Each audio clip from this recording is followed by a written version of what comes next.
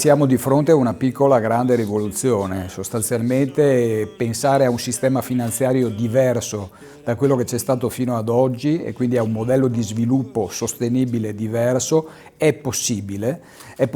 perché una gran parte dell'industria finanziaria sta spostando volumi importanti di capitali verso gli investimenti sociali, ambientali e di buona governance. Questo in realtà non è più una nicchia, se pensiamo che ormai sono 1700 miliardi gestiti con i criteri cosiddetti ESG, che sono i criteri che hanno appunto a che vedere con ambiente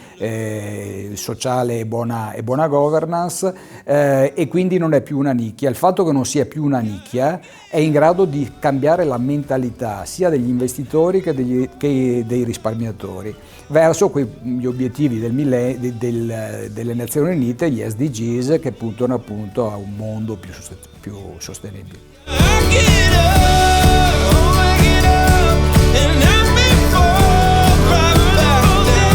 Quando si parla di operatori finanziari magari si pensa solo alle banche, in realtà ci sono dei player importantissimi che sono per esempio le compagnie di assicurazioni, gli asset manager e i fondi pensione. I fondi pensione sono dei soggetti importanti che hanno un ruolo non solo nella decisione di investire i soldi dei lavoratori in maniera diversa e quindi tutelarne assolutamente